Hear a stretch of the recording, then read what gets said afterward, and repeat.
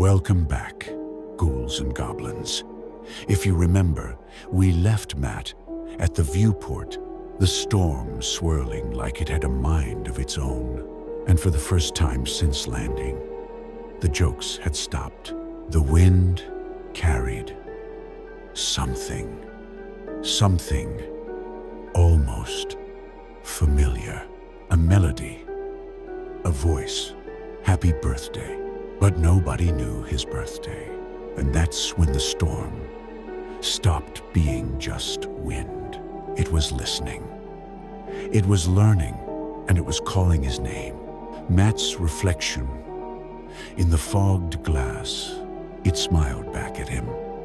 But it wasn't him. It was something else. Something patient. Something waiting. Take a deep breath. Ghouls and goblins, because the storm isn't done yet. And what you're about to hear will make you question what's really outside that viewport. Let's continue the journey. The storm wall moved again, and just as the red haze swept everything back into pandemonium, he noticed one last face smiling at him, his own. "All right, Mars," he responded with a weak laugh. "You've got me. Nice trick." That's when the singing started. Low, distant. At first, there were no words, only an off-key tune that set his teeth on edge. He leaned closer to the viewport. The tune became more focused. It was a happy birthday. Matt stumbled back. His birthday was 3 months away. Nobody on Mars knew the date. Matt. The voice blended into the melody like oil in water. "Don't pretend. I know when the candles go out." His throat clenched.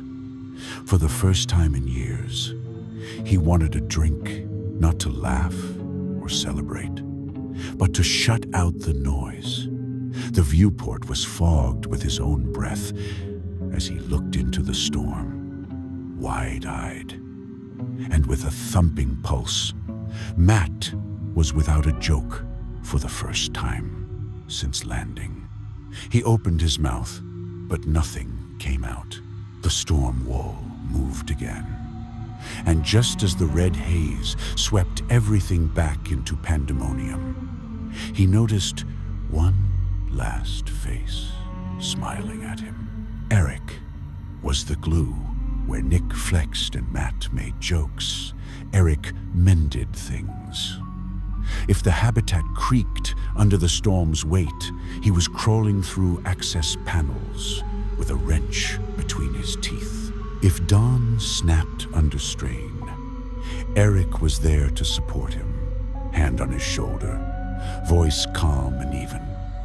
He was hardly the loudest, strongest, or most articulate speaker. He was, nevertheless, sturdy, loyal. Off-duty, Eric was a family man. He stored hollow pictures of his wife and 2 sons in a scratched case under his bunk. He did not brag about them, did not tell stories unless asked. His circle was narrow, and his confidence was limited, but when it was granted, it was absolute. If Eric promised you something, you could bet your life on it. That's what made him dependable. That's why the crew relied on him. Until day 15. That night, Matt was logging air samples on the western ridge, chuckling into his recorder about how Mars smelled like ass through a sock. Then the laughs stopped. The recorder picked up just static. And then, "Matt, I remember the fire. I remember you burning." By the time Don and Eric arrived, Matt was on his knees in the dust, helmet off, eyes wide and riveted on something in the storm wall. His lips quiver like a man praying. but no sound emerged.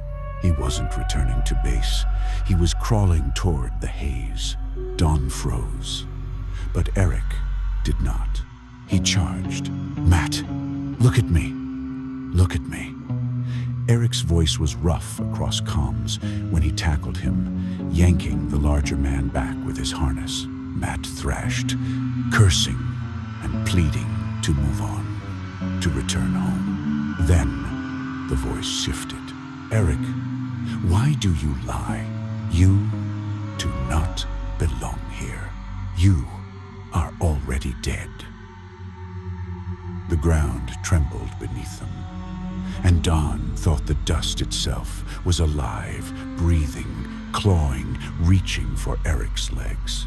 Eric pushed Matt toward Don, the crimson haze wrapping around his suit like tendrils. "Take him! Go!" Don grabbed Matt and pulled, but Eric did not move. The storm had him. His body convulsed as his suit fibers ripped outward, as if something inside wanted to escape. His communications were laced with a broken gasp. "Don't. Open your eyes." Then he was gone. Matt cried into Don's shoulder the entire way back, drunk with worry and terror. And, for the first time since their arrival, the hilarious war hero had run out of jokes. Day 19. Jordan lived for machines. Where Don flinched at the whispers and Matt tried to laugh them away, Jordan submerged in circuitry. He'd sit bent over a half-disassembled panel for hours, soldering iron in hand, fine-tuning each connection until the signals went smoothly. He trusted systems more than individuals, because machines did not lie. They broke, burnt out, and never lied. That trust began to erode on day 19. He was in the communications bay, tracking a signal ghost that was flashing over the board. Every 5 minutes, a new spike would appear tiny, as if something was attempting to knock politely before forcing its way in. At first, he assumed it was merely feedback, but when he opened the line on the oscilloscope, he froze. The waveform was not random. It was structured. It was a speech. Jordan. The name curled across the scope in a jagged electrical pattern. His headset buzzed faintly, converting static to syllables. "Jordan, don't abandon them. They will need you. You're the last person who sees clearly." His throat tightened. It became hard to swallow and even harder to speak. "Who is this? Identify yourself." The response arrived instantly. "Your father. The person who taught you to build. The one who said you'd always be more comfortable in circuits than in people." Jordan stumbled back, palm covering his mouth. His father died 6 years ago. The scope shifted again. The waveform stretched and twisted, warping the voice along with it. But do circuits lie? The lights in the communication bay flickered.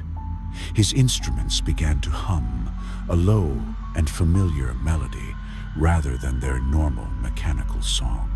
Jordan wrenched the headset off and smashed the console's power switch. Sparks flew over the panel, leaving the room silent. In the darkness, his heart sounded like thunder. When Don and Matt checked on him that evening, the communications bay was empty. The console was still smoking faintly. His chair had tipped over. The headset lay in the corner, its wire stretched taut as if it had been yanked forcefully. And on the screen of the dead oscilloscope, seared into the glass like an afterimage, was a single word etched in jagged lines of static. Outside. They never saw Jordan again.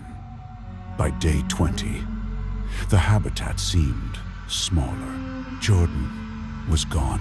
The comms bay still smelled of burned wiring, and his last traces lingered in the air like ozone. Don tore around the room, hunting for answers, logs, records. Anything but the boards were dead, wiped clean. Only the bent oscilloscope screen remained, its glass inscribed with that single, impossible word: outside. Matt took it harder than he admitted. He paced the dome like a caged animal, flask in one hand, convinced he could still hear Jordan typing in the vents. His jokes had run out several days ago. Now, he spoke in sharp, stinging bursts, as if the quiet itself was mocking him. That left Nick, the meathead, the strong man, the one who claimed Mars couldn't break him. Even Nick had changed.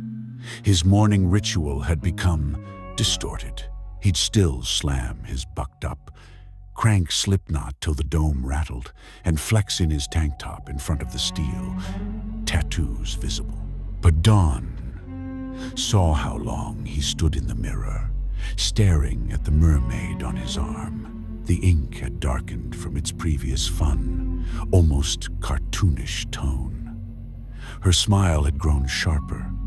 Some evenings, she appeared alive in the mirror of polished steel. Nick began mumbling to her, his lips moving as if he were answering questions only he could hear. On day 20, the internal alarms woke them up. The outside hatch cycled open without authorization. Nick had already left when Dawn and Matt arrived at the airlock. His locker was open, his tank top dumped on the floor, his pre-workout tub cracked, and neon powder spilled across the deck like phosphorescent sand. They found him via the porthole. Nick stood outdoors in the storm, bare-chested and tank top muscles stiff against the cold air. No suit, no helmet.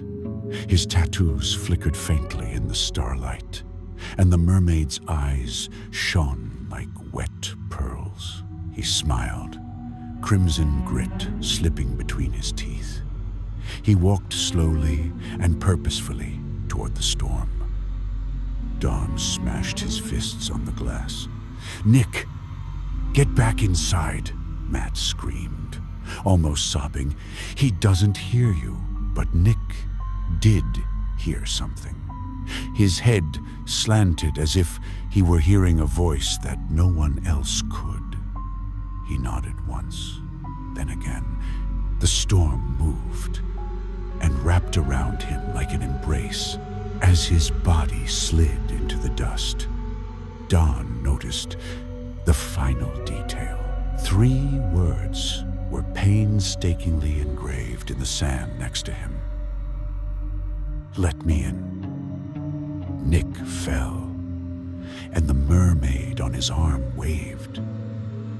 Only Dawn and Matt remained. The others were gone, swallowed by dust, ripped apart by whispers, or vanished into static. The habitat, once alive with banter, clangs, and music, now groaned like a coffin under the endless storm. Matt sat at the galley table with his flask, hands trembling as he raised it again and again. His eyes were bloodshot, unfocused. But when Dawn passed him, he always muttered the same thing.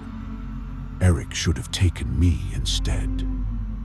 Dawn did not argue. He just checked the hatches, locked the vents, and ran diagnostics on systems that were no longer necessary. The whisper hadn't addressed him directly since day 12. That was worse than just hearing it. Silence was waiting. Silence was patient. That night, it was all over. The lights flickered, dimmed, and died, plunging Camp Helios into black. Emergency red strobes pulsed in their place. painting the corridors in bleeding light. Dawn's stomach dropped as the vents sighed airflow shifting like lungs drawing breath. Then the sound started.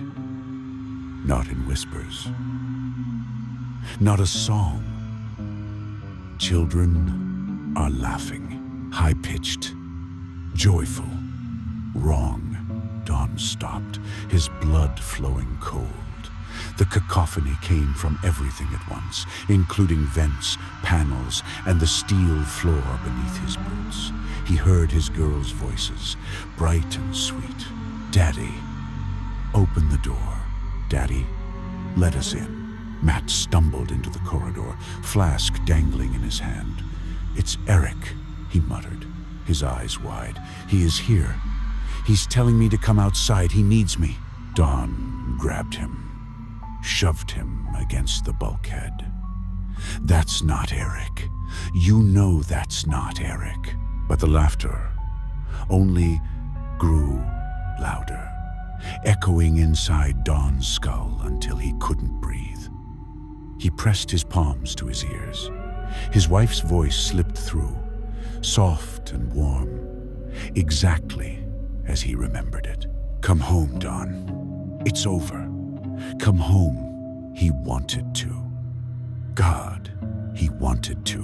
The airlock alarm screamed. Metal clanged. Without authorization, without command, the inner doors hissed open one by one, bleeding atmosphere into the corridor. Red dust poured in, curling like smoke, forming shapes. Matt broke free of Dawn's grip and stumbled forward. In the strobing light, Dawn saw what he saw, the silhouettes of their loved ones waiting in the haze. Matt's war buddies. Dawn's wife, his little girls, arms outstretched. "Eric," Matt sobbed, charging toward the vision. The dust swallowed him whole. Dawn was alone. The final hatch groaned. Dust roared through the habitat, lights sputtering out, and then silence. In the dark, right by his ear, the whisper came. "I wasn't asking. I wasn't waiting. You've already let me in." The dome cracked and Mars exhaled. Epilogue. The drift. When the relief crew arrived 6 months later, Camp Helios was silent. The storm had gutted half the perimeter, burying the habitat beneath drifts of red dust. Panels were torn open, solar arrays shredded, and antennas bent into shapes like broken bones. No signals had come from the outpost since day 21.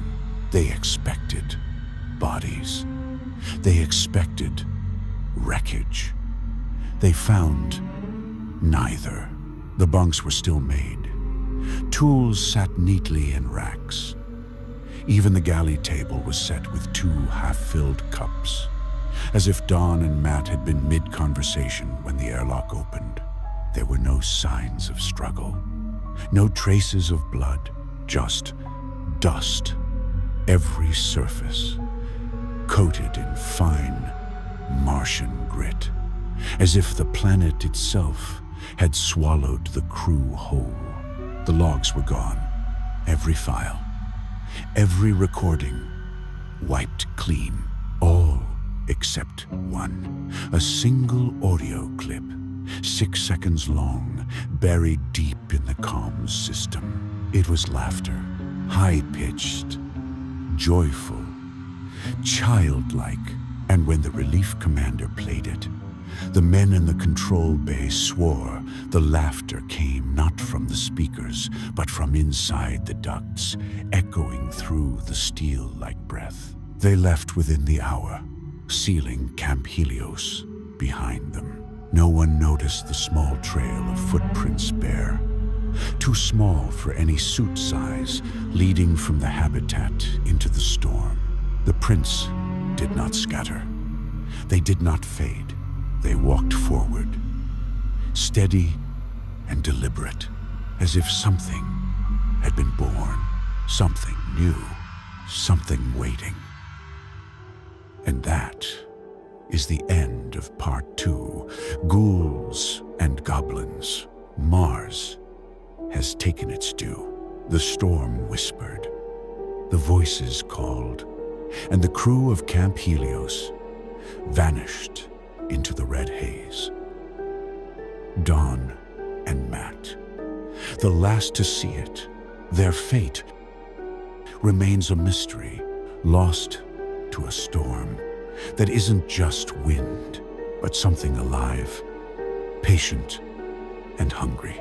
So remember this, on Mars, the wind is never silent, and sometimes the things that call your name are not waiting for you to answer.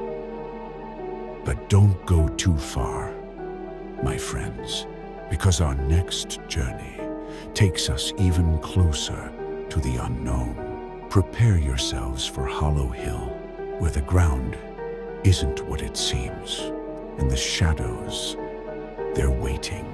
Sleep tight and keep your lights on.